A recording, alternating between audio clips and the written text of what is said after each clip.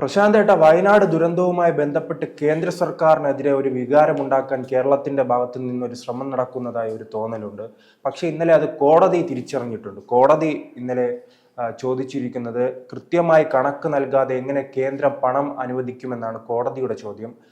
കേന്ദ്രം പണം നൽകുന്നില്ലെന്ന വലിയ വിമർശനം ഇപ്പോൾ കേരളത്തിന്റെ വിവിധ ഭാഗങ്ങളിൽ നിന്ന് മാധ്യമങ്ങൾ ഉൾപ്പെടെ ഉന്നയിക്കുന്ന സാഹചര്യമുണ്ട്. പക്ഷേ ഈ പണം നൽകണമെങ്കിൽ കൃത്യമായ കണക്ക് രേഖപ്പെടുത്തണമല്ലോ. നാം തന്നെ ഒരു ബില്ല് നമ്മുടെ കയ്യിൽ ലഭിക്കുമ്പോൾ ആ ബില്ല് ലഭിക്കുമ്പോൾ മാത്രമാണ് നാം പണം നൽകുന്നത്. അപ്പോൾ അങ്ങനെ ഒരു കൃത്യമായ കണക്ക് കൊടുക്കുവാൻ എന്താണ് ഇത്രയും നാളായിട്ടും കേരള സർക്കാരിന് കഴിയാത്തത്? എന്താണ് കഴിയാത്തത്? അവർക്ക് താല്പര്യമില്ലാത്തതുകൊണ്ടാ. അല്ലെങ്കിൽ കള്ളക്കണക്ക് എഴുതാൻ വേണ്ട രീതിയിൽ പ്ലാനിങ് ഇതുവരെ കറക്റ്റ് ആയിട്ടില്ല. കള്ളക്കണക്ക് എഴുതി ഇവിടെ വലിയ രീതിയിൽ പണം പിരിച്ചിട്ടുണ്ടല്ലോ. അല്ല, ഞാൻ പറയുക, ഞാൻ സത്യസന്ധമായിട്ട് കാര്യം പറഞ്ഞു. കാരണം ഇന്നലെ കോടതി ചോദിച്ചു, ദുരന്ത നിവാരണ ഫണ്ടില് ദുരന്ത നിവാരണ ഫണ്ടിനകത്ത് എത്ര രൂപ ഉണ്ടെന്ന് ചോദിച്ചു, എത്ര രൂപ കിട്ടിയെന്ന് ചോദിച്ചു, ഇതുവരെ എത്ര രൂപ ചെലവാക്കി, എത്ര രൂപ വേണം, ഇതിന് കണക്കുണ്ടോ? കേന്ദ്ര ഗവൺമെന്റ് പറഞ്ഞു, ഞങ്ങൾക്ക് മനസ്സിലാവുന്ന രീതിയിലുള്ള കണക്ക് തരാൻ കേന്ദ്രത്തിന് ഇതുവരെ സാധിച്ചിട്ടില്ല.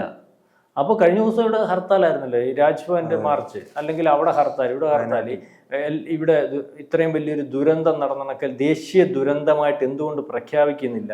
അവിടെ പുനരധിവാസത്തിന് എന്തുകൊണ്ട് ഫണ്ട് കേന്ദ്ര ഗവൺമെന്റ് അനുവദിക്കുന്നില്ല? ഇവിടുത്തെ പുനരധിവാസം നടക്കാത്ത കേന്ദ്ര ഗവൺമെന്റിന്റെ മാത്രം പ്രശ്നം. എൻ്റെ പൊന്നെ, ഇതില്ല. ഇന്ത്യയിലുടനീളം കലാമിറ്റീസ് നടന്നുകൊണ്ടിരിക്കുന്നതാണല്ലോ പല സംസ്ഥാനങ്ങളിലും. ഇത് നമ്മൾ മനസ്സിലാക്കേണ്ടതെന്ന് പറഞ്ഞാൽ, ഇവിടുത്തെ ചാനലുകൾ വൈകിട്ട് ഇരുന്ന് കേന്ദ്ര ഗവൺമെന്റിനെയും അല്ലെങ്കിൽ മോദി സർക്കാരിനെയും ഒക്കെ കുറ്റം ഉണ്ടെങ്കിൽ കുറ്റപ്പെടുത്തണം, അല്ലെങ്കിൽ കുറ്റം പറയുന്നതിന് വേണ്ടിയും കാര്യങ്ങൾ ചൂണ്ടിക്കാണിക്കുന്നതിനും വേണ്ടിയാവണം മാധ്യമങ്ങൾ, അല്ലാതെ അജണ്ട പാസ്സാക്കുന്നതിന് വേണ്ടി ആവരുത്. ദേശീയ ദുരന്തമായിട്ട് പറയും, ദേശീയ ദുരന്തമായിട്ട് പ്രഖ്യാപിക്കണമെങ്കിൽ അതിന് ചില മാനദണ്ഡങ്ങളുണ്ട്. നമ്മൾ മനസ്സിലാക്കേണ്ടതെന്ന്, ഈ നടന്ന ഉരുൾപൊട്ടൽ, ഇവിടെ സ്ഥലത്തിന്റെ പേര് മുണ്ടക്കൈ, ചൂരൽമല, ഇവിടെ 2 ഗ്രാമങ്ങളാണ് ഒലിച്ചു പോയത്. അവിടെ കുറെ കൂടുതൽ ആളുകൾ മരിച്ചു. ഈ ദേശീയ ദുരന്തമായിട്ട് പ്രഖ്യാപിക്കണമെങ്കിൽ നമ്മൾ ഈ പറയുന്നത് പോലെ ഈ നദി, ഈ ഗംഗാനദിയൊക്കെ ഒഴുകുന്ന സംസ്ഥാനങ്ങളുണ്ട്. ഗംഗാനദി ചില സമയങ്ങളിൽ വെള്ളം പൊങ്ങിയിട്ട് 3-4 ജില്ല ഒഴുകുന്നതെന്ന് മാറി ഒഴുകും. 3-4 ജില്ലയൊക്കെ ഒലിച്ചു പോകും. വലിയ കലാമിറ്റീസ് ഒക്കെ ആവണമെങ്കിൽ ജില്ല അങ്ങനെങ്കിൽ ഇത്തരത്തിൽ ആ രീതിയിൽ ഇതിനൊരു മാനദണ്ഡം ഉണ്ടാക്കി വെച്ചിട്ടുണ്ട്. നരേന്ദ്രമോദി ഉണ്ടാക്കി വെച്ചതല്ല, മുൻ ഗവൺമെന്റുകൾ ഉണ്ടാക്കി വെച്ച. അപ്പൊ ആ രീതിയിലേക്ക് വന്നാലേ ദേശീയ ദുരന്തമായിട്ട് പ്രഖ്യാപിക്കാനൊക്കത്തുള്ളൂ. ദേശീയ ദുരന്തമായിട്ട് പ്രഖ്യാപിക്കുമ്പോൾ അതിന് കുറച്ച് കൂടുതൽ ഫണ്ട് കാണുന്നുള്ളതേ ഉള്ളൂ. ഇത് നരേന്ദ്രമോദി അവിടെ സന്ദർശിച്ചല്ലോ, അദ്ദേഹം നടന്നുപോയി, എല്ലാ കാര്യങ്ങളും നേരിട്ട് കണ്ടു, എല്ലാ ഉദ്യോഗസ്ഥന്മാരുമായിട്ട് സംസാരിച്ചു, ഏകദേശം ധാരണയിൽ എത്തിയിട്ട് പറഞ്ഞു, നിങ്ങൾക്ക് പൈസ തരാം പുനരുദ്ധാരണത്തിന്, നിങ്ങൾ കണക്ക് കൊടുക്കാൻ പറഞ്ഞു. നരേന്ദ്രമോദി എന്ന് പറയുന്ന ഒരു പ്രധാനമന്ത്രി വന്ന് ഒരു സ്ഥലം സന്ദർശിച്ച് ഉത്തരവാദിത്തപ്പെട്ടവരടുത്ത് കണക്ക് കൊടുക്കാൻ പറഞ്ഞിട്ട് ഒരു 3-3.5 മാസം കഴിഞ്ഞപ്പോഴും കൃത്യതയില്ലാത്ത കണക്ക് കേന്ദ്ര ഗവൺമെന്റ് കൊടുക്കേണ്ടി വന്നിട്ട് ഇവിടെ കേന്ദ്ര ഗവൺമെന്റിനെ കുറ്റപ്പെടുത്തി, അല്ലെങ്കിൽ കേന്ദ്ര ഗവൺമെന്റാണ് എല്ലാത്തിനും കുഴപ്പമെന്ന് വരുത്തിയത് ജനങ്ങളെ തെറ്റിദ്ധരിപ്പിക്കുന്ന ഒരു ഗവൺമെന്റ് ഉണ്ടെങ്കിൽ ആ ഗവൺമെന്റ് സംസ്ഥാനത്തിന് ശാപം തന്നെയാണ്. മനസ്സിലാവുന്നുണ്ടോ? ഇന്നലെ കോടതിയുടെ മുമ്പിൽ ഗവൺമെന്റ് പതറിപ്പോയില്ലേ? അല്ലെങ്കിൽ കോടതിയുടെ മുമ്പിൽ ഗവൺമെന്റ് ചോദ്യങ്ങൾ മുട്ടിയില്ലേ? ഇത് നേരത്തെ ഒരു കേസ് ഇതുപോലെ ഉണ്ടായിരുന്നു, നിങ്ങൾക്ക് ഓർമ്മ കാണും. ഇവിടുത്തെ സംസ്ഥാനങ്ങൾക്ക് കേന്ദ്രം ഫണ്ട് തരുന്നില്ലെന്ന് പറഞ്ഞു. നിർമ്മലാ സീതാരാമൻ പലവട്ടം പറഞ്ഞു, ബാലഗോപാല, നിങ്ങൾ തന്ന പൈസയുടെ കണക്ക് നിങ്ങൾ തന്ന പൈസയുടെ കണക്ക് തന്നാൽ മാത്രമേ ബാക്കി പൈസ തരാൻ പറ്റത്തുള്ളൂ. നിങ്ങൾക്ക് കേന്ദ്രം തന്ന പൈസ എന്തിനു ചെലവാക്കി, എന്തിനു ഉപയോഗിച്ചു, ബാക്കി എത്രയുണ്ട്, അതിന് കൃത്യമായി കണക്ക് തരാൻ പറഞ്ഞു. അപ്പൊ ഇവിടെയുള്ള മാധ്യമങ്ങളെ വിളിച്ചു കൂട്ടുമ്പോൾ പുള്ളി പറയാൻ ഞങ്ങൾ കണക്ക് കൊടുക്കുന്നു. അവസാനം കേന്ദ്ര ഗവൺമെന്റിനെതിരെ കൊണ്ടുവന്ന് സുപ്രീം കോടതിയിൽ കോടിക്കണക്കിന് രൂപ മുടക്കി വക്കീലിനെ വെച്ച് കേസ് വാദിച്ചിട്ട് അവസാനം കേസ് എങ്ങനെയായി? ഞങ്ങൾ പരിശോധിക്കുമ്പോൾ കൃത്യമായ കണക്ക് കൊടുത്തിട്ടുണ്ട്, ഇതുവരെ കൊടുത്തത് അത് കണക്ക് കേന്ദ്ര ഗവൺമെന്റ് കൊടുത്ത കണക്കനുസരിച്ച് നിങ്ങൾ സംസ്ഥാന ഗവൺമെന്റിന് കൊടുത്ത തുക അധികമാണ്, വേണമെങ്കിൽ ഇനി അവർ തീരുമാനിക്കും, നിങ്ങൾക്ക് ഇനിയും തരുന്ന പൈസ അടുത്ത കൊല്ലത്തേക്കാണെന്ന് തീരുമാനിച്ചിട്ട് കേസ് ക്ലോസ് ചെയ്തിട്ട് പോയി. എന്നിട്ട് ഇവിടുത്തെ മാധ്യമങ്ങളുടെ മുമ്പില് ബാലഗോപാൽ വീണ്ടും തെറ്റിദ്ധരിപ്പിച്ചു. ബാലഗോപാൽ പറഞ്ഞു, ഞങ്ങൾ കേസ് കണ്ടോ, ഒരു കേസ് കൊണ്ടുവന്ന് ഞങ്ങൾ സുപ്രീം കോടതി വരെ എത്തിച്ചു, അതങ്ങനെ നിൽക്കുകയാണ്. എങ്ങനെ നിൽക്കുക? ഇതാണ് അവസ്ഥ. ഇപ്പൊ തന്നെ ഈ വിഷയം മറ്റേ ഇടക്കാലത്ത് കേന്ദ്രത്തിന് ഒരു കണക്ക് കൊടുക്കാൻ വേണ്ടി വെച്ചിരുന്നല്ലോ, ഈ മൃതദേഹം സംസ്കരിച്ചത് 75,000 രൂപ. അല്ല, ഞാനീ പറയുന്നത് ഇവർ മനസ്സിലാക്കേണ്ടതെന്ന് പറഞ്ഞാൽ ഇവരെഴുതി കൊടുക്കുന്ന കണക്കിനെ അവിടെ അത് പരിശോധിക്കാൻ അവിടെ ഉദ്യോഗസ്ഥന്മാരുണ്ട്. ഇതിനകത്ത് അവിടുന്ന് ഉദ്യോഗസ്ഥന്മാർ വന്ന് ഈ സ്ഥലം സന്ദർശിച്ചിട്ട് ഈ സ്ഥലത്തിന്റെ സ്ഥിതിഗതികളെ പറ്റി പഠിച്ചതിന് ശേഷം കേന്ദ്ര ഗവൺമെന്റ് അതിന്റെ റിപ്പോർട്ട് കൊടുക്കും. ഈ സംസ്ഥാന ഗവൺമെന്റ് കൊടുക്കുന്ന റിപ്പോർട്ടും കേന്ദ്ര ഗവൺമെന്റ് ഉദ്യോഗസ്ഥന്മാരും കൂടെ ഇത് കൂടിയിരുന്ന് ഇതിനകത്ത് പാളിച്ച വല്ലതും ഉണ്ടോ എന്ന് പരിശോധിക്കും. പാളിച്ച ഉണ്ടെങ്കിൽ അതിന് തിരുത്തൽ വരുത്തില്ലേ. അപ്പോൾ ഒരു വലിയ കവലപ്രസംഗങ്ങളൊക്കെ നടക്കുന്നുണ്ട്. ഒരു വീടിന് 1,30,000 രൂപ. അത് ഒരു വീടിന് 1,30,000 രൂപ ഇവിടെ ഇന്ത്യയിലുടനീളം ഇതുപോലെ കലാമിറ്റീസിന് ഈ പറയുന്ന കൊടുക്കുന്നതിനകത്ത് കൂടുതൽ പൈസ നമുക്ക് വേണമെങ്കിൽ നമ്മൾ വേറെ കണ്ടെത്തി കൊടുക്കണം. ഇത്രയും പൈസയാണ് എല്ലാ സംസ്ഥാനത്തിനും വെച്ചിരിക്കുന്നത്. അത് അവിടെ ഒരു ചിട്ട ഞാൻ ചോദിച്ചിട്ട് ഇൻഷുറൻസ് തുകയുണ്ട്. ഉദാഹരണത്തിന് ഗവൺമെന്റുമായിട്ട് ബന്ധപ്പെട്ട് നമ്മൾ വാഴയ്ക്ക് ഇൻഷുറൻസ് എത്ര കിട്ടും? 25 രൂപ കിട്ടും. വാഴയ്ക്ക് ഒരു വാഴ ഒടിഞ്ഞു പോയാൽ നമ്മൾ ഇൻഷുർ ചെയ്താൽ 25 രൂപയുള്ള വാഴയുടെ ചിലവ്. ആ 25 രൂപയെ കിട്ടത്തുള്ളൂ എന്ന് കണ്ടുകൊണ്ടാണ് നമ്മൾ ഇൻഷുർ ചെയ്യുന്നത്. ഒരുപക്ഷെ അടിസ്ഥാനമായിട്ടുള്ള ആ വാഴ വലുതായി കൊലച്ച അല്ലെങ്കിൽ സംവിധാനത്തിലൊക്കെ നമുക്ക് എത്ര കിട്ടും? 1000 രൂപ 1500 രൂപ കിട്ടും. എത്രയും പൈസ ഇൻഷുറൻസ് കിട്ടുന്നുണ്ടോ എന്ന് പറയുന്നതൊക്കെ ഓരോന്നിനകത്ത് ഇപ്പോൾ ഒരു നേരത്തെ തീരുമാനിച്ച് വെച്ചിരിക്കുന്ന ദേശീയ ഗവൺമെന്റ് അല്ലെങ്കിൽ ഇതുപോലൊരു ദുരന്തം ഉണ്ടായാൽ ഓരോന്നിനും ഇത്ര രൂപ അത് നേരത്തെ തീരുമാനിച്ച് വെച്ചാൽ അത് അത്രയും പൈസ കിട്ടത്തുള്ളൂ. അതിനകത്ത് കൂടുതൽ അത് നമുക്ക് ഇവിടുത്തെ സാധാരണക്കാരനെ തെറ്റിദ്ധരിപ്പിക്കാമെന്നുള്ളതേ ഉള്ളൂ. ഈ കലാവുമായിട്ട് ബന്ധപ്പെട്ട് ഇതിന് മുമ്പൊരു വെള്ളപ്പൊക്കം ഉണ്ടായിരുന്നില്ല. ആ വെള്ളപ്പൊക്കത്തിന് പൈസ പിരിച്ചതിനെ പറ്റി ആക്ഷേപം വന്നില്ലേ? അതിന്റെ കണക്ക് ഇതുവരെ കൃത്യമായിട്ട് കൊടുത്തില്ലെന്ന് പറഞ്ഞിട്ട് ആക്ഷേപം വന്നില്ലേ? രണ്ടാമത് ആ ആക്ഷേപം നിലനിൽക്കുമ്പോൾ തന്നെ വീണ്ടും ഒരു കലാപം ഉണ്ടായപ്പോൾ ഇവിടെ ആൾക്കാരെ സഹായിക്കാൻ തയ്യാറായപ്പോൾ ആ ആക്ഷേപം പോലും ഉന്നയിക്കാതെ മാധ്യമങ്ങൾ നിന്നപ്പോൾ എല്ലാവരും കൊടുത്ത് സഹായിക്കണം എന്ന് പറഞ്ഞപ്പോൾ ആ കിട്ടിയ പൈസയുടെ കണക്കെന്തേ? അവിടെ വീട് വെച്ചു കൊടുക്കാനും സ്ഥലം മേടിച്ച് സംവിധാനങ്ങൾ ഉണ്ടാക്കാനും വളരെ കൂടുതൽ ആൾക്കാർ വന്നല്ലേ. ഈ ആൾക്കാരെന്താ പാർട്ടിസിപ്പേറ്റ് ചെയ്യിക്കാതെ? ഈ ആൾക്കാരെ എന്തുകൊണ്ട് അതിനിപ്പോൾ അവിടെ എല്ലാം ഞങ്ങൾ സ്ഥലം ഏറ്റെടുത്ത് പല ഗ്രൂപ്പുകളും വന്നു, അല്ലെങ്കിൽ പല വലിയ വലിയ ആൾക്കാരും ഞങ്ങൾ ഏറ്റെടുത്തിട്ട് ഞങ്ങൾ പണിഞ്ഞു കൊടുക്കും. ഗവൺമെന്റ് കൊടുക്ക്. ഗവൺമെന്റ് എന്താ കൊടുക്കുക? ഗവൺമെന്റിനെ അറിയിക്കുന്നത് ഗവൺമെന്റിന്റെ കൈ കൂടെ പോകണമെന്ന് നിർബന്ധം പിടിക്കുന്നതിന്റെ കാര്യം എന്തോ? അതിനകത്ത് വേറെ ചില അജണ്ടകളുണ്ട്. നിങ്ങൾ ഈ പറയുന്നത് CPIക്കാണ് ഇതിന്റെ കാര്യങ്ങൾ നടത്തുന്നതിന്, അല്ലെങ്കിൽ എനിക്കൊന്ന് റവന്യൂ വകുപ്പിനാണെന്ന്. അവിടെ ഒരു ഉദ്യോഗസ്ഥൻ നമ്മൾ കഴിഞ്ഞ പ്രാവശ്യം ചർച്ച ചെയ്തതാണല്ലോ, അല്ലെങ്കിൽ നേരത്തെ വാർത്തകൾ വന്ന ഒരു ഉദ്യോഗസ്ഥൻ താമസിച്ചിരുന്നത് ഈ കണക്കുകളും കാര്യങ്ങളും അല്ലെങ്കിൽ സംവിധാനങ്ങളും അവിടുത്തെ ഇത് ഉരുത്തിരിച്ചെടുക്കുന്നതിന്റെ കാര്യങ്ങൾ നോക്കുന്നതിന് ഉദ്യോഗസ്ഥ താമസിച്ച് ഒരു ദിവസത്തേക്ക് 4,500-5,000 രൂപ വാടക വരുന്ന മുതലാണ് മുറിയാണ് എടുത്തിരുന്നത്. ഇതുപോലെ പൈസ കണ്ടമാനം ചെലവ് എഴുതി കളഞ്ഞ്, അല്ലെങ്കിൽ ഇതുപോലെ ദുരിതാശ്വാസത്തിന് ആൾക്കാർ കൊടുക്കുന്ന ഫണ്ടുകൾ, കേന്ദ്രം കൊടുക്കുന്ന ഫണ്ടുകൾ ഇതുപോലെ പല കാര്യത്തിനായിട്ട് ഉപയോഗിച്ചെന്ന് എഴുതി വെച്ച് ആ പൈസ ദുർവിനിയോഗം ചെയ്യുക, ആ പൈസ ചില കക്ഷികളുടെ എടുത്തുകൊണ്ട് പോകുന്നോ എന്ന് സംശയം വരത്തക്ക രീതിയിലേക്കാണ് ഇതിന്റെ കണക്കെല്ലാം വന്നിട്ടുള്ളത്. ജനറേറ്റർ വാടക കണക്ക് കൂട്ടുമ്പോൾ ജനറേറ്ററിന്റെ വാടകയും അതിനുപയോഗിക്കുന്ന ഇന്ധനങ്ങളും, ഒരു ഉദാഹരണം ഞാൻ പറഞ്ഞല്ലോ, ഒത്തിരി അതിന്റെ ആ ജനറേറ്ററെ കാട്ടി പൈസയാണ്. ഒരു ജനറേറ്ററിന് 15 ലക്ഷം രൂപ ഉണ്ടെങ്കിൽ, ഒരു ഉദാഹരണം പറയും, ഒരു ജനറേറ്ററിന് 15 ലക്ഷം രൂപ ഇവിടെ വിലയുള്ളൂ. ഈ ജനറേറ്ററിന്റെ വാടക 45 ലക്ഷം രൂപ വന്നെങ്കിൽ അപ്പൊ ആ തീരുമാനം ആരെടുക്കുന്ന? ആ തീരുമാനം എന്തിനു വേണ്ടി എടുക്കുന്ന? ആരെ സഹായിക്കാൻ വേണ്ടി എടുക്കുന്ന?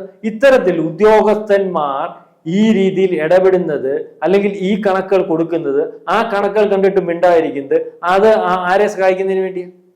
ഉദ്യോഗസ്ഥന്മാർ ഇത്തരത്തിൽ കണക്കുണ്ടാക്കി കൊടുക്കുമ്പോൾ ആ കണക്കിനകത്ത് ആ കണക്ക് ക്രോസ് ചെക്ക് ചെയ്യേണ്ട മേലുദ്യോഗസ്ഥന്മാരുണ്ടല്ലോ. ഏറ്റവും അവസാനം ചെല്ലുന്ന ഒന്നുകിൽ റവന്യൂ മന്ത്രിയുടെ അടുത്താണല്ലോ, അല്ലെങ്കിൽ മുഖ്യമന്ത്രിയുടെ അടുത്താണല്ലോ. അവർക്ക് നോക്കുമ്പോൾ അവരുടെ ഉദ്യോഗസ്ഥന്മാരുടെ അടുത്ത് ഈ കണക്ക് ശരിയാണോ എന്ന് പരിശോധിക്കുമ്പോൾ കൃത്യമായിട്ടുള്ള ഉദ്യോഗസ്ഥന്മാരാണെങ്കിൽ അതല്ലെന്ന് പറയുമ്പോൾ അത് അല്ലെന്ന് കേട്ടിട്ടും അതിനകത്ത് സൈൻ ചെയ്ത് കൊടുക്കുന്നതിന്റെ കാര്യം എന്തോ?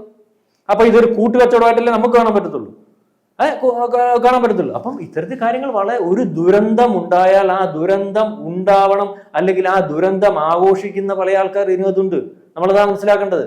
കാരണം ഇതിനെ നേരത്തെ ഇതുപോലെ ആക്ഷേപം എന്താണ്? നമ്മുടെ കൊറോണ സമയത്ത് PPE കിറ്റോ എന്റെ കിറ്റ് ഇതിനൊക്കെ 300-400 രൂപയുടെ സാധനത്തിന് 2000 രൂപയ്ക്ക് മേടിച്ചെന്ന് പറഞ്ഞ ആക്ഷേപം വന്നിട്ടുണ്ട്.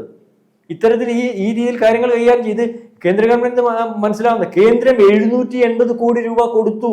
കഴിഞ്ഞ ദിവസം പ്രിയങ്ക ഗാന്ധി ഒരു ഇതായിട്ട് ചെന്നല്ലോ അവിടെ, അമിത്ഷാ കാണാൻ ചെന്നു, വലിയൊരു കിതാബൊക്കെ പിടിച്ചോണ്ട് അമിത്ഷാക്ക് ഒരു കത്ത് കൊടുത്തു. അമിത്ഷാ കൃത്യമായിട്ട് തിരിച്ച് മറുപടി കൊടുത്തു. നിങ്ങൾ കഴിഞ്ഞ 3-ാം തീയതി റിപ്പോർട്ട് വന്നത്, ഇനി ആ റിപ്പോർട്ട് പരിശോധിക്കട്ടെ. നിങ്ങൾ തന്ന റിപ്പോർട്ടിനകത്ത് വല്ല വാസ്തവമുണ്ടോ, അല്ലെങ്കിൽ നിങ്ങൾ എഴുതി വെച്ചേക്കുന്ന കണക്ക് ശരിയാണോ, ആ രീതിയിൽ ക്രോസ് ചെക്ക് ചെയ്യട്ടെ. ക്രോസ് ചെക്ക് ചെയ്തതിനു ശേഷം അവിടത്തേക്ക് ആവശ്യമായിട്ട് ഫണ്ട് ഞങ്ങൾ തരാം. ഇതുവരെ ഞങ്ങൾ 780 കോടി രൂപ കൊടുത്തു. ഇതിനകത്ത് അവിടെ എന്തോ ചെയ്തു, അല്ലെങ്കിൽ ഇനി എത്ര രൂപയുണ്ട്, ഇതിന്റെ പോലും കണക്ക് തീരെ തന്നിട്ടില്ല. ഇതിലെ കാര്യങ്ങൾ കോടതി അടുത്ത ദിവസം വീണ്ടും പരിശോധിക്കാൻ വേണ്ടി വെച്ചിട്ടുണ്ട്. കോടതി ഇതുവരെയുള്ളത് പരിശോധിച്ചപ്പോൾ കോടതിക്ക് മനസ്സിലായത് കേന്ദ്ര ഗവൺമെന്റിന്റെ വിഷയമല്ല, കോടതി നേരിട്ടെടുത്ത കേസാ. കാരണം കോടതിക്ക് പോലും, ഹൈക്കോടതിക്ക് തോന്നി ഇവിടെ ദിവസവും ഇത്രയും വലിയൊരു ദുരന്തം നടന്നു, ആരുടെയും കണ്ണ് അലിയിപ്പിക്കുന്നതാണ്, ഇനി എത്ര പേരെ കിട്ടാനുണ്ട്, അല്ലെങ്കിൽ എത്ര പേരുടെ കാണാനുണ്ട്, എത്ര പേരുടെ ഭവനം പോയി, ആൾക്കാർ വഴിയാധാരമാണ്, വാടകയ്ക്ക് താമസിക്കാൻ പോലും ഗവൺമെന്റ് ഫണ്ട് കൊടുക്കുന്നില്ല. ഇതിനെല്ലാം കാരണം പറയുന്നത് ഒരു പൈസയും കേന്ദ്രം സഹായിച്ചിട്ടില്ലെന്നാണ് പറഞ്ഞത്. കോടതി നേരിട്ട് കേസെടുത്തിട്ട് പരിശോധിച്ചു, കേന്ദ്രത്തെ പരിശോധിച്ചു, കേരളത്തെയും പരിശോധിച്ചു. കോടതിക്ക് പരിശോധിച്ചപ്പോൾ മനസ്സിലായെന്തോ, കേന്ദ്രത്തിന്റെ ഭാഗത്ത് എല്ലാം കറക്റ്റാ. മനസ്സിലാവുന്നുണ്ടോ? കേരളത്തിന്റെ ഭാഗത്ത് പ്രശ്നമാണ്. കള്ളക്കണക്ക് എഴുതി വെച്ചാൽ എങ്ങനെ കണക്ക് കൊടുക്കാനൊക്കും? അല്ലെങ്കിൽ ദുരന്തം നടന്നു പ്രധാനമന്ത്രി എന്ന് പറഞ്ഞിട്ട് പോവാ, കണക്ക് കൊടുക്കാൻ പറഞ്ഞാൽ പിറ്റേന്ന് കൊടുക്കണ്ടേ? അതിന് എത്ര ചൂടുണ്ട്? 3.5 മാസം കഴിഞ്ഞ് കണക്ക് കൊടുക്കും. നമ്മൾ മനസ്സിലാക്കേണ്ടതെന്ന് പറഞ്ഞാൽ, നേരത്തെ കോഴിക്കോട് ഒരു പീഡനം നടന്നു, അറിയാമോ? ഒരു സ്ത്രീയെ അല്ലെ, ഒരു ശസ്ത്രക്രിയയ്ക്ക് ശേഷം അർത്ഥബോധാവസ്ഥയിൽ കിടന്ന് സ്ത്രീയെ പീഡിപ്പിച്ചു ഒരാളെ, അതിന്റെ കെയർ ഓഫിൽ ആ സ്ത്രീ പുറത്ത മൊഴിക്ക് അടിസ്ഥാനത്തിൽ അയാളെ അറസ്റ്റ് ചെയ്യുന്ന ഒരവസ്ഥ. അയാളെ രക്ഷിക്കുന്നതിന് കാണിച്ച ഒരു വെമ്പല് നമ്മൾ കണ്ടാൽ അതെന്തിന്റെ അടിസ്ഥാനത്തിലാണ്? അതൊരു സംഘടനയുടെ കെയർ ഓഫ് ഉള്ളത് കൊണ്ടാണ്. അത്രയ്ക്കും നീചനായിട്ടുള്ള ഒരു മനുഷ്യനെ രക്ഷിക്കുന്നതിന് വേണ്ടി CATU പോലുള്ള ഒരു സംഘടന നിൽക്കുന്നു. ഞാൻ CATU മാത്രം പറയുമല്ല. അതുപോലെ തന്നെ കഴിഞ്ഞ ദിവസം നമ്മൾ തിരുവനന്തപുരത്ത് ഒരു വിഷയം കണ്ടായിരുന്നു. ഒരു പിഞ്ചു കുഞ്ഞ് മൂത്രമൊഴിച്ചു എന്ന് കണ്ടുകൊണ്ട് ചില സ്ത്രീകൾ അതിന്റെ ഗുഹ്യഭാഗങ്ങൾ വളരെ ക്രൂരമായിട്ട് പൊള്ളിക്കുകയോ അല്ലെങ്കിൽ വ്രണപ്പെടുത്തുകയോ ചെയ്തു. ഇത് പരിശോധിച്ചോ വളരെ കാലം കൊണ്ട് നടക്കുന്നതാണ്. ഈ അറസ്റ്റ് ചെയ്ത സ്ത്രീകളൊക്കെ ഇതിനു മുമ്പും ഇത്തരത്തിൽ കുറ്റങ്ങൾ ചെയ്തിട്ടുള്ളവർ. അവരെ അന്നേരത്തേക്ക് കണ്ണിൽ പിടിയുന്നതിന് വേണ്ടി പറഞ്ഞു വിട്ട് രാഷ്ട്രീയ താല്പര്യത്തിനനുസരിച്ച് വീണ്ടും പോസ്റ്റ് ചെയ്യാണ്. 2.5 വയസ്സുള്ള കുഞ്ഞ് മെത്തെ കിടന്ന് പെടുത്തു. നമ്മുടെ വീട്ടിലെല്ലാം കുഞ്ഞുങ്ങളുണ്ടല്ലോ, അവരെല്ലാം ചെയ്യുന്ന ഇവിടെ ഇക്കുന്നിടത്ത് നിന്ന് പെടുക്കുക. അതിനെ ക്രൂരമായിട്ട് ഉപദ്രവിക്കുന്ന ഈ നീചമായിട്ടുള്ള സ്ത്രീകളെ സംരക്ഷിക്കുന്ന ആൾക്കാർ എത്ര നീചന്മാരായിരിക്കും? അതും ഒരു സംഘടനയുടെ കെയറോഫ്. അതുപോലെ കഴിഞ്ഞ ദിവസം ഈ നവീൻ ബാബുവിന്റെ വിഷയം, നമ്മള് ഇപ്പം ഇത്തരത്തിൽ കാര്യങ്ങൾ, എത്ര നീചമായ കാര്യങ്ങൾ ചെയ്യുന്നതിനും ഏതെങ്കിലും സംഘടനയുടെ കെയർ ഓഫ് ഉണ്ടെങ്കിൽ ആ സംഘടനയെ സംരക്ഷിക്കുന്നതിന് വേണ്ടി നിന്നു കൊടുക്കുന്ന ഒരു സംവിധാനം, അങ്ങനെ നിന്നു കൊടുക്കേണ്ട സംവിധാനം ഗവൺമെന്റ് സംവിധാനം ആകുമ്പോൾ ആ ഗവൺമെന്റ് സംവിധാനത്തിന് ഇതിനകത്തെല്ലാം പങ്കുണ്ടെന്നുള്ളത് എന്റെ വ്യക്തം. അതോടൊപ്പം തന്നെ കോടതിക്ക് മനസ്സിലായിട്ടും കേരളത്തിലെ മാധ്യമങ്ങൾക്ക് എന്തുകൊണ്ട് ഇത് മനസ്സിലാക്കാൻ കഴിയുന്നില്ല? ആ കേരളത്തിലെ മാധ്യമങ്ങളുടെ ജോലി എന്തോ? നമ്മൾ പറയാം, തീറ്റയ്ക്ക് വേണ്ടി മാധ്യമ പ്രവർത്തനം നടത്തുന്നു സുരേഷ് ഗോപി പറഞ്ഞപ്പോൾ BJP ഉൾപ്പെടെയുള്ളവർ അത് ശരിയാണെന്ന് പറയാൻ തയ്യാറായില്ല. ഞങ്ങൾക്ക് അഭിപ്രായമില്ലെന്ന് പറയാം. തീറ്റയ്ക്ക് വേണ്ടി മാധ്യമപ്രവർത്തനം നടത്തുന്നവരാ കേരളത്തിലെ മാധ്യമങ്ങൾ. കേരളത്തിലെ മാധ്യമങ്ങൾ ഇത്തരത്തിൽ മാധ്യമ പ്രവർത്തനം നടത്തണമെന്ന് തീരുമാനിക്കുന്നത് ആരാണെന്ന് നമ്മൾക്കറിയത്തില്ല. പക്ഷേ വളരെ കൃത്യമായിട്ട് കേന്ദ്ര ഗവൺമെന്റിനും ഇവിടുത്തെ ചില പ്രത്യേക സംവിധാനങ്ങൾക്കും എതിരെ മാത്രം പറയുന്ന ഒരവസ്ഥയിലേക്ക് ഇവിടുത്തെ മാധ്യമങ്ങൾ പോകുന്നുണ്ട്. ഇവിടുത്തെ മാധ്യമങ്ങൾ അതിനുവേണ്ടി മാത്രം മാധ്യമ പ്രവർത്തനം നടത്തുന്നുണ്ട്. ഇവിടുത്തെ മാധ്യമങ്ങൾ അതിനുവേണ്ടി വാർത്തകൾ സൃഷ്ടിക്കാൻ തയ്യാറാവുന്നുണ്ട്. മാധ്യമങ്ങൾ സുതാര്യമായിട്ട് വാർത്തകൾ തയ്യാറാകാത്ത ഒരവസ്ഥയുണ്ട്. മാധ്യമങ്ങളെ ആരോ പർച്ചേസ് ചെയ്ത് പറയിക്കുന്നത് നമ്മൾ തോന്നുന്നുണ്ട്. അതുകൊണ്ടാണ് കേന്ദ്ര ഗവൺമെന്റിനെതിരെ പറയുന്നേ. ഇന്നലെ ഹൈക്കോടതി പറഞ്ഞതിനകത്ത് പ്രശ്നങ്ങൾ വളരെ കൃത്യമായിട്ട് റിപ്പോർട്ട് ചെയ്യുന്നതിന് പല മാധ്യമങ്ങളും തയ്യാറായിട്ടില്ല.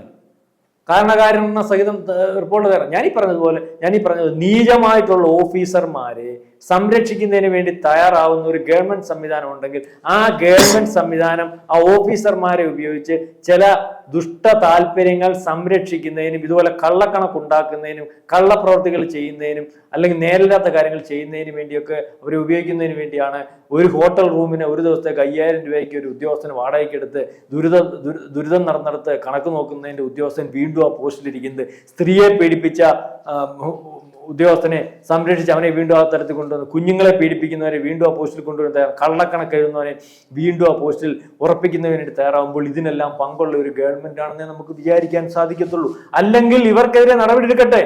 കഴിഞ്ഞ ദിവസം കേന്ദ്ര ഗവൺമെന്റ് ജോലി ചെയ്യാൻ പറ്റാത്ത 500 ഉദ്യോഗസ്ഥരെ പിരിച്ചുവിട്ടല്ലോ. കേന്ദ്ര ഗവൺമെന്റിന് സാധിക്കുമല്ലോ. ഇവിടെ ഒരു ഫയലിലൊരു ജീവിതം ഉറങ്ങുന്നു എന്ന് പറഞ്ഞ് ആദ്യമേ ഇവിടുത്തെ അല്ലെങ്കിൽ അധികാരത്തിൽ വന്നതിന് ശേഷം ആദ്യമേ അത്രയും വികാരഭരിതമായിട്ടുള്ള ഒരു പ്രസംഗം നടത്തി അധികാരത്തിൽ വന്ന പിണറായി വിജയൻ ഇത്തരത്തിൽ കാര്യങ്ങൾ നടക്കുന്നുണ്ടെങ്കിൽ, അദ്ദേഹം സത്യസന്ധനാണെങ്കിൽ, ഇത്തരത്തിൽ കാര്യങ്ങൾ മോശമാക്കുന്ന ഉദ്യോഗസ്ഥന്മാരുണ്ടെങ്കിൽ, ആ സിസ്റ്റം ഉണ്ടെങ്കിൽ ആ സിസ്റ്റത്തെ കൈകാര്യം ചെയ്യാനുള്ള ആർജവമുള്ള ആളായിട്ടാണ് പിണറായിയെ നമ്മൾ വിചാരിക്കുന്നത്. അങ്ങനെയാണ് നമ്മൾ വിചാരിച്ചിട്ടുള്ളത്, അങ്ങനെയാണ് നമ്മൾ കണ്ടിട്ടുള്ളത്. എന്തുകൊണ്ട് നടക്കുന്നില്ല? ഈ കബളിപ്പിൽ ഇന്നലെയോട് കൂടി തീർന്നല്ലോ, ജനങ്ങൾക്ക് മനസ്സിലായല്ലോ. അല്ലെങ്കിൽ ഈ വയനാട്ടിൽ നടന്നുകൊണ്ടിരിക്കുന്നത് എന്താണെന്ന് വയനാട്ടിൽ നടന്നുകൊണ്ടിരിക്കുന്നതിന് മുമ്പ് ഈ കേരളത്തിൽ ദുരന്തം ഉണ്ടായപ്പോൾ നടന്നുകൊണ്ടിരിക്കുന്നത് പിന്നെ വയനാട്ടിൽ നിന്ന് സമാനതകൾ ഉള്ളെങ്കിൽ ആന്ന് മനസ്സിലായല്ലോ. അല്ലെങ്കിൽ വയനാട്ടിൽ വന്ന ഫണ്ടും ഈ പറഞ്ഞ തുടക്കത്തിൽ ദുരിതാശ്വാസ ഫണ്ടുമായി ബന്ധപ്പെട്ട് വലിയ വിമർശനം വന്നപ്പോൾ ആര് വിമർശിക്കുമോ അവർക്കെതിരെ കേസെടുത്തിരുന്നു. അത് തുടക്കം മനസ്സിലായി. ഇനി കോടതിക്കെതിരെയും പ്രക്ഷോഭം വല്ലതും നടത്തുമോ? അല്ല, അത് കോടതിക്കെതിരെ പ്രക്ഷോഭം നടത്തിയിട്ട് ഇത് ജനങ്ങൾക്ക് ഇത് പണ്ടത്തെ കൂട്ടി ജനത്തിനെ അങ്ങനെ കളിപ്പിക്കാൻ പറ്റത്തില്ല, ജനത്തിനെ വിട്ടിയാക്കാൻ പറ്റത്തില്ല. ഭീഷണിപ്പെടുത്തുന്ന സാഹചര്യം ആരെങ്കിലും ഒന്ന് മിണ്ടിയാൽ അതിന്റെയൊക്കെ കാലം പോയില്ലേ, അതെല്ലാം പൊളിഞ്ഞു പോയില്ലേ സന്ദീപേ, അതെല്ലാം പൊളിഞ്ഞു പോയില്ലേ. ഇതിന്റെയൊക്കെ കാലം പോയി, അങ്ങനൊന്നും ഒക്കത്തില്ല. കാരണം ഓരോ ദിവസം കഴിയും തോറും നമ്മുടെ ഇന്ത്യ മഹാരാജ്യം പണ്ടത്തെ കൂട്ടല്ല ഡെവലപ്പ് ആയിക്കൊണ്ടിരിക്കും, ജനങ്ങളും മെച്ചമായിക്കൊണ്ടിരിക്കുക. അപ്പം അവരെ കബളിപ്പിക്കാനൊന്നും പറ്റത്തില്ല. ദുരന്തമുഖത്ത് സഹായിക്കാൻ ആൾക്കാരുണ്ട്, പക്ഷെ ആ ദുരന്തമുഖത്ത് സഹായമെടുത്ത് ഈ ദുരന്തമുഖത്തേക്ക് വേണ്ടി ഉപയോഗിക്കാതെ താല്പര്യങ്ങൾക്ക് വേണ്ടി ഉപയോഗിക്കുകയും ആ താല്പര്യക്ക് വേണ്ടി ഉപയോഗിക്കുന്നതിനെ സംരക്ഷിച്ചു പോവുകയും അല്ലെങ്കിൽ അതിനകത്തുനിന്ന് അച്ചാരം പറ്റുകയൊക്കെ ചെയ്യുന്ന ആൾക്കാർക്ക് മനസ്സിലായാൽ ഇത്തരത്തിൽ ആൾക്കാർ അംഗീകരിച്ചു പോകുന്ന ഒരു അവസ്ഥ ഉണ്ടാകത്തില്ല.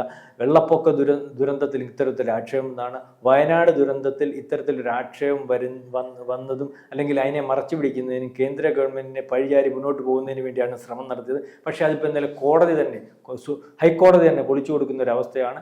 അവിടെ പണം കൊടുക്കാൻ കേന്ദ്രം തയ്യാറാണ്, അതിൻ്റെ മാനദണ്ഡം അനുസരിച്ച്.